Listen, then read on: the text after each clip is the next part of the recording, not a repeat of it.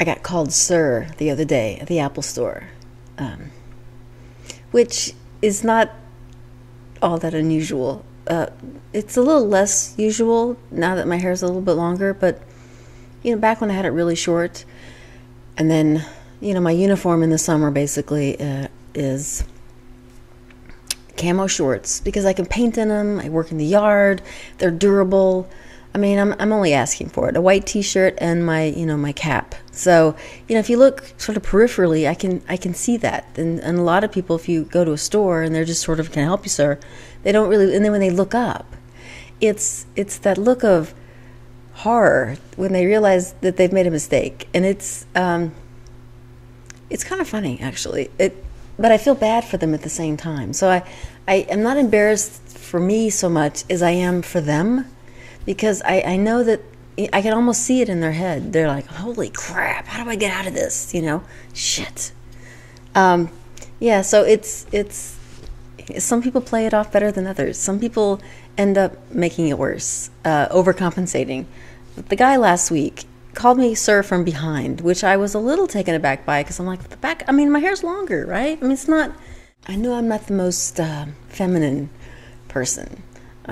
I have a man's watch and, whatever. And I'm comfortable with that. That's not the issue. But he came around and then when he turned around, he's like, ma'am. I could just see the conversation happening in his head at that moment of crap.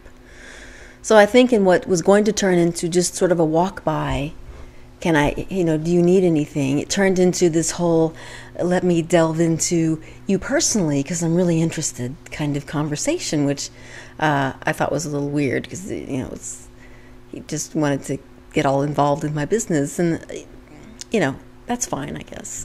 Of course, I don't necessarily like being called sir because, but I ask for it. Really, in the way I dress, and when my hair was really short. So, I can't be offended if that happens because I certainly, except I've got a big rack. So, if you're looking at me, it's not a ginormous rack, but it's definitely obvious that I have boobies, the breastises. I seem to have had more to a point of this story before I started talking, and no, I don't. I was watching Manic Mark today, and he was scaring people by wanting to do something nice for them, and had to regroup. He wanted to do something, a random act of kindness, and it didn't go well. So I said, I leave a big tip every once in a while. If I like around the holidays or something, for example, I go to this place, Peggy Sue's, my favorite barbecue place. It's just wonderful. And there's a waitress there that, she's not there now, but she was there. And I always got the same table because I'm, like that. And so obviously the same waitress was always there. And I always went on Tuesday nights, and that was just, so I got to see her almost every week. And we would, chit chat. And after you go someplace for a long time, you sort of get to know people. And she would just, we would talk. And she was working a couple of jobs, and just trying to make ends meet. And it was Christmas time, so I think I just got paid for a job.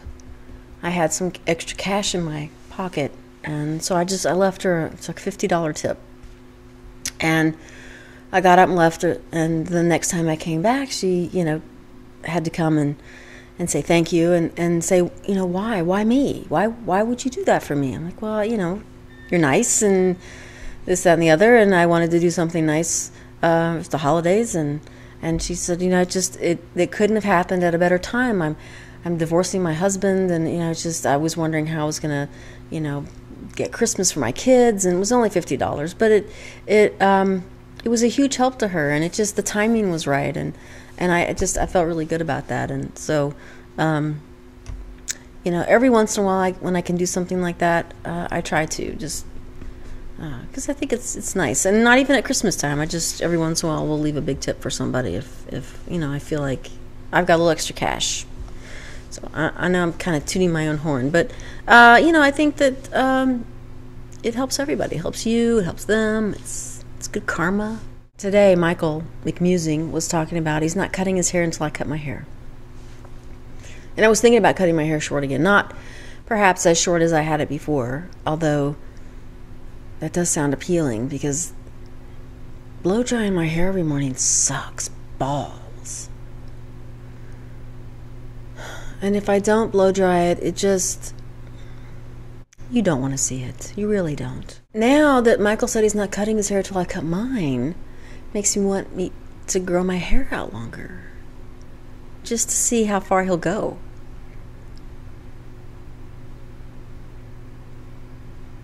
I don't know. We'll see what the new year brings. Talk to you guys later. Bye.